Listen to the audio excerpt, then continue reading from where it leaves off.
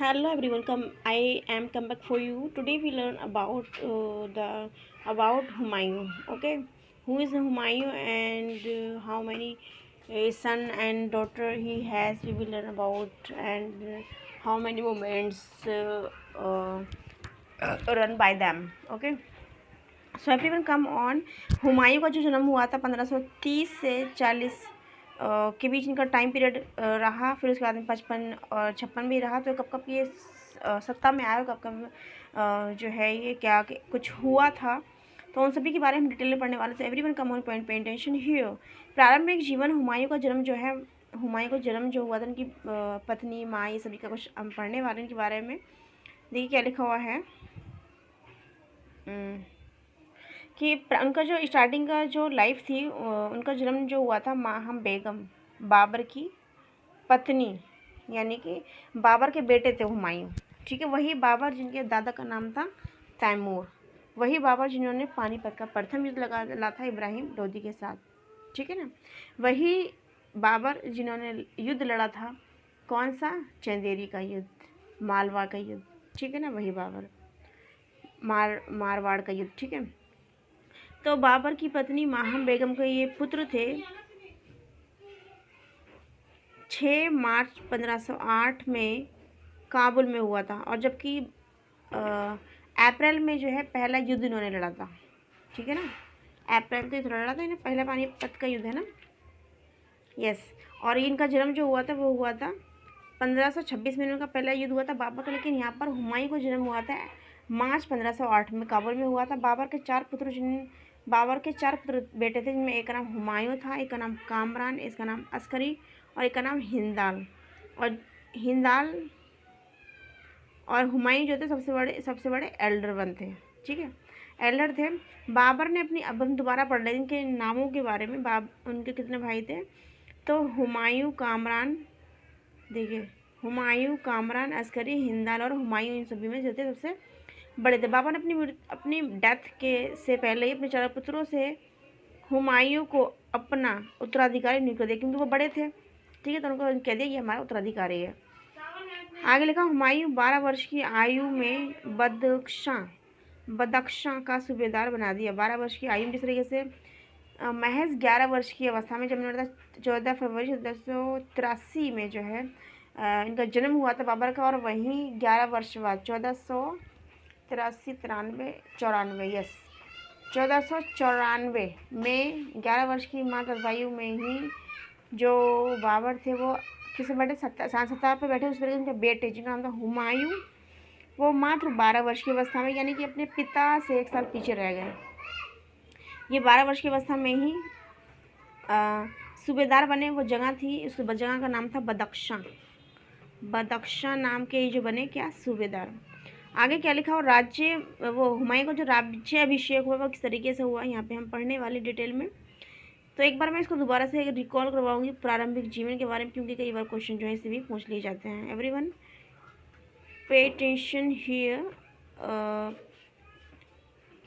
प्रारंभिक जीवन, हुमायूं का जन्म जो है इनकी जो क्या नाम था उनका, बाबर की पत्नी जो ना, उनसे हुआ था 1508 में। उनका नाम था माहम बेगम। बाबर के 4 बेटों में, जिनके अंदर कामरान, अस्करी, हिंदाल और हुमायूं जो थे सबसे बड़े थे, और उन्होंने अपने बड़े बेटे यानी कि हुमायूं को उत्तराधिकारी बना दिया।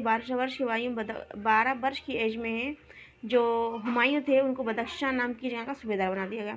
अब इनका हुमायूं का राज्याभिषेक कैसे हुआ, तो 26 दिसंबर 1530 में बाबर की डेथ के बाद में 30 दिसंबर 1530 में 30 को 22 वर्ष की आयु में आगरा में हुमायूं का राज्याभिषेक हुआ।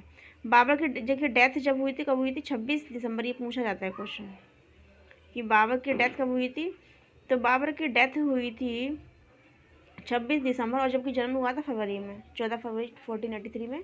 तो 26 दिसंबर 1530 में बाबर की मृत्यु हुई थी, और 30 दिसंबर 1530 में, यानी कि 4 दिन बाद 22 वर्ष की एज में ही, और जबकि इनके पिता जो थे वो 11 वर्ष की एज में उनके पास सब कुछ आ गया था। ठीक है, राज्याभिषेक हुआ था। राज्याभिषेक निवेदन को उन्होंने शासनसत्ता खुद संभाली थी ना। तो 22 वर्ष की अवस्था में ही आगरा में हुमायूं का राज्य अभिषेक हुआ आगरा में, ठीक है। शासक बनने के बाद हुमायूं ने अपने भाइयों को भू प्रदेश प्रदान किया, जिसमें अस्करी को संभल, ये पूछा जाता भाई, हिंदाल को मेवात, कामरान को काबुल, काबुल कामरान, और कंधार भी, दोनों का वर्ड जो है ना क को दे दिए, कामरान को काबुल कंधार दे दिया, हिंदाल को मेवात दे दिया, वहीं अस्करी को संभल दे दिया। बाद में असंतुष्ट कामरान ने लाहौर मुल्तान पे भी कब्जा कर लिया, यानी कि जो कामरान था, जो क वर्ड जो था क उसको 2 क दे दिए, यानी कि काबुल और कंधार दे दिया, लेकिन उन्होंने कहा नहीं भाई मेरा मन नहीं भरा। He was not certified, then he attack to Lahore and Multan and he get Lahore and Multan as well. उसके बाद इन्होंने क्या करा, लाहौर और मुल्तान पे भी इन्होंने कब्जा कर लिया, ठीक है। दोबारा हम पढ़ते हैं इस चीज़ को।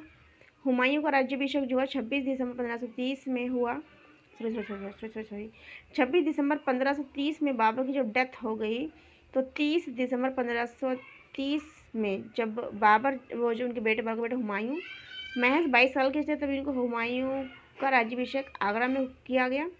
शासक बनने के बाद हुमायूं ने अपने बड़े होने के नाते अपने भाइयों को जो है ना कुछ जगहें उनको दे दी। उन अस्करी को उन्होंने संभल दे दिया, हिंदाल को मेवात दे दिया, कामरान को काबुल कंधार दिया, लेकिन कामरान के पास 2 जगह आने के बावजूद, काबुल कंधार आने के बाद, he was not satisfied, so he get Lahore and Multan as well. उन्होंने क्या करा, मुल्तान और लाहौर पर भी कब्जा कर लिया। तो ये थी मेरी छोटी सी वीडियो उनके स्टार्टिंग की लाइफ के बारे में। सो चलिए 2 लाइनें और पढ़ लेती हूँ। हुमायूं की प्रारंभिक कठिनाइयाँ जो थी वो क्या आई, साम्राज्य का विभाजन, जो शासन सत्ता एक इनके पिता बाबर के हाथ में थी, अब इनके 4 भाइयों में बढ़ के रह गई है। जब 4 भाई हैं तो जाहिर जैसे कि कामरान सत्याफाइज नहीं, तो उन्होंने 2 जगह पर कब्जा कर लिया। जिस तरीके से चारों भाइयों में शासन का उनकी सत्ता का विभाजन होने की वजह से देखिए इनको परेशानी का सामना करना पड़ेगा। साम्राज्य के विभाजन, हुमायूं का अपने भाइयों को साम्राज्य में हिस्सा देना उसकी प्रारंभिक भूल में सबसे बड़ी भूल मानी जाती है कि उसने हिस्सा दे दिया, वो शासन कहाँ पे करेगा। कई बार ऐसा होता भी है, लेकिन भाई मेरे ख्याल तो हुमायूं ने बहुत अच्छा किया जो कि अपनी शासन सत्ता जो है बंटवारा में पापा के सामने कर दिया, उनके डेथ के बाद कर दिया। क्योंकि भाई किसी के हक मारने से ना कोई दौलतमंद नहीं बनता। मैंने हिस्ट्री देखी उठा करके, इतना मुझे एक्सपीरियंस है कि भाई अपनी लाइफ में कि कोई ना किसी का हक मार कर राजा नहीं बनता। सो प्लीज़ किसी का हक ना मारे। I will meet you soon in a next video. Take care, bye bye. Till then, take care. God bless you all, and that's all for now.